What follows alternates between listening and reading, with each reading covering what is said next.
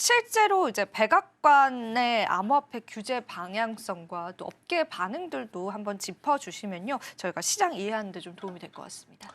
네, 전체 트럼프 2.0 우리가 친크립토 할게라고 하는 거 워낙 많이 나왔으니까 그렇겠는데 이번에 말씀드렸지만 방향은 우리가 좀 더라도 책임감 갖게 규제를 할게라고 했던 게 좀 더 나왔던 거죠. 그래서 그런 부분에선 어떤 재밌는 표현했는데 내가 다비드 삭스가 업계를 많이 만나보니까 규제를 명확하게 해달라는 얘기를 많이 들었다는 얘기를 하는 거예요. 규제를 명확하게 하면 우리가 여기 있는 크립토 하는 사람들이 우리 불법 하는 사람들 아니에요.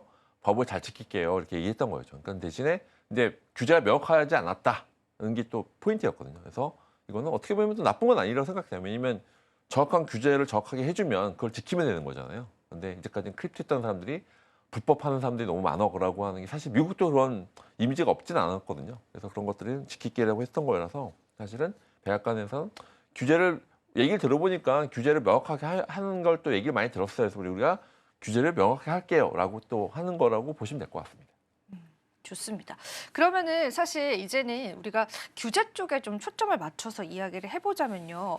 일단은 규제 조치 중에서 우리가 규제가 들어갔을 때 어떤 규제가 들어갈 거고 그로 인해서 시장에 어떤 결과치를 가지고 오게 될지 좀 예상치를 한번 이야기해보면 좋을 것 같은데요. 규제에 관해서 조금 더 디테일하게 이야기를 좀 나눠볼 수 있을까요? 네, 규제를 하는 부분들은 여러 가지가 있지만 제일 중요한 건 AML, KYC라고 해요. AM을 자금 세탁 방지고요. KYC 노유력 커스터머죠. 그래서 신원 확인에 대한 규제 관화가 늘어날 것 같습니다. 왜냐하면 이 부분에 대해서는 뭐 미국 정부 입장에서는 마찬가지거든요. 똑같은 원리인데 본인들의 부가 외국으로 나가기 원하지 않는 거예요. 부가 우리나라 들어와, 미국으로 들어와 그런 비슷한 관점이기 때문에 AML 자금 세탁 방지라든지 KYC 노유력 커스터머 신원 확인은 규제가 그거는 워낙 미국이 강하기도 했지만 그것들이 더 늘어날 거라 예상이 되고 있고요. 뭐 디파이라든지 탈중앙 금융에 대해서도 약간은 이것들에 대해서는 KYC, AML을 하다 보면 이게 하여튼 디파이는 약간 시장이 좀 약간 움축되는 부분이 있어요. 강화되는 부분에서. 그러니까 규제가 강화되면 디파이가 약해지는 이런 것들도 있었고 스테이블 코인에 대한 것도 여러 가지 규제 약간 앞으로 이제 수조 달러를 큰 시장이니까 그만큼 우리가 중요한 마켓이니까 우리가 책임감 있게 하는 부분들이 있어서 이런 것들이 다 연관돼 있다 보시고요. 어떻게 보면 CBDC는 금지하는 게 있었는데 CBDC하고 경쟁이 있어서 이렇게 보면 틀 때 제일 중요한 거는 자금 세탁 방지, KYC 통해서 디파이에 대한 것들 그리고 스테이블 코인의 규제. 이게 크게 보면 세 가지 정도가 큰 타피를 보여줄 수 있고요. 이런 것들 통해서 아마 근데 중요한 건 아까 말씀드린 미국 국익 중심이잖아요. 네. 쉽게 말해 공장도 다 미국으로 들어와 그런 거고 크립토도 다 미국으로 들어오세요. 근데 돌아가게 이제 친 크립토지만 그러면 이제 룰이 잘 정해져야 되니까 그러면 친 크립토를 하기 위해서는 또 명확한 규제가 필요합니다. 그래서 우리가 KYC, AML, 디파이 그리고 스테이블 코인에 대한 규제를 할게요라고 하는 것들이 큰 흐름으로 보시면 될 것 같습니다. 좋습니다. 이렇게 규제가 어떻게 세분화될 수 있는지 여러분들이 짚고 가면 좋을 것 같아서 오늘 이야기를 같이 좀 드려봤고요. 그러면은 일단은 차르 기자회견 이후에 시장의 조정을 받은 건 사실입니다. 우리가 기대했던 것만큼의 청사진이 제시되지 않은 건 사실인데요. 그럼에도 이제 교수님께서 앞서서 말씀해 주신 것처럼 전반적인 친크립토의 기조는 변화됐다라고 보기엔 무리가 있습니다. 친크립토의 기조가 유지가 되되 그 속도에서는 어느 정도 좀 천천히 갈 수 있다라는 부분들이 있다는 걸 여러분들이 좀 참고를 해보시면 좋겠고 이제 앞으로 투자 전략과 시장의 전망치들도 같이 이야기를 나눠보면 좋을 것 같습니다, 교수님. 전반적으로는 미국 시장이 자체가 커지는 건 뭐 그거는 부정할 수 없을 것 같아요. 하지만 우리나라를 포함한 동아시아, 이제 중국도 만만치 않을 거예요. 이번에 딥시크 때문에 난리가 났잖아요. 네. AI.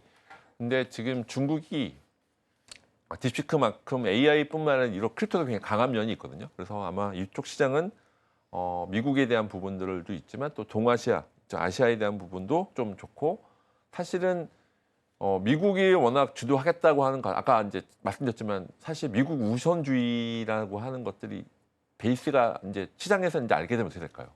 미국 말고 다른 데 찾아보겠죠. 아시아라든지 유럽을 찾아볼 것 같고요. 아마 단기적으로는 아마 시장 전망에서는 규제 강화를 해서 불확실성이 높아질 수 있는데 사실은 제가 봤을 때는 정확하게 규제를 하면 할수록 좀 장기적으로 봤을 때는 이것도 플레이어들이 더 안전하게 할 수 있어서 단기적으로는 아마 약간 이 부정적 영향이 있겠지만 장기적으로 봤을 때는 이런 명확한 규제를 하는 것이 많은 기관 투자자도 그렇고 플레이어들이 좀 좋을 수 있는 부분이 있어서 아마 이런 것들은 장기적 측면과 단기적 측면을 같이 좀 보실 필요가 있을 것 같습니다. 좋습니다. 자, 그러면은 저희가 오늘 또 마지막 질문을 드려야 될 것 같은데요. 이 외에 이제 논쟁이 될 만한 뜨거운 감자가 될 만한 그러한 주제들이 있다라고 한다면은 그 부분에 관해서 한번 좀 짚어주시면 감사하겠습니다. 예, 오늘은 시간이 없으니까 일단 달러 패권을 유지하겠다는 전략, 아까 이거 몇 번 말씀드린 것 같아요. 우리가 자주 말했죠. 이 뒤에서는 달러 패권을 사실은 크립토를 어떻게 활용하는 거죠. 활용해서 달러 패권을 유지하겠다는 게 있었고요. 탈중앙의 이제 프라이버시 어쨌든 이게 보호에 대해서 한 부분은 사실 그런 부분에서 우리가 또 어떤 기본적인 사상은 있지만 미국 중심하다 보니까 거기 약간은 좀 폐해가 될 수 있고요. 그리고 사실은 규제 강화가 어쨌든 그레이 마켓이 확대 가능성이 있는 거예요. 어떻게 보면 이렇게 원래는 이게 암호화폐 자체가 어쨌든 그레이 마켓이라는 부분이 있어서 그것들도 약간 의외로 미국조차도 원래는 이렇게 약간 강화가 되네. 그럼 그레이 마켓이 올라갈 수 있는 부분도 있고요. 근데 중요한 부분은 제도권 금융으로서 그러니까 몇 번 말씀드린 기존 금융권과 디지털 자산이 연결되어 융합되는 막을 수 없는 흐름입니다. 그런 관점에서 아마 많은 월스트리트 이미 준비하고 있어서 그런 것들은 점점점 확대가 될 것 같아요. 그래서 아마 제가 좀 미국이 부러운 건 이런 것 같아요. 미국 정책도 좀 강화되고 이제 밸런스가 있는데 미국 산업 자체도 기존에 월스트리트도 워낙 준비를 많이 했어서 이런 것들은 약간 부러운 점이 있는 것 같아요. 그래서 이런 몇 번 봤어요. 우리나라도 빨리 이거 가버넌스를 잘 정립해서 이렇게 트럼프 2.0에 맞게 그 페이팔 마피아를 대응할 수 있는 사람들이 많이 나오면 좋을 것 같은데 좀 속도를 좀 빨리 낼 필요가 있는데 지금 약간 어떻게 보면 골든 타임이거든요. AI든 크립토든 골든 타임인데 이것들 빨리 대응할 수 있으면 좀 좋을 것 같다는 또 개인적 의견이 또 있기도 합니다.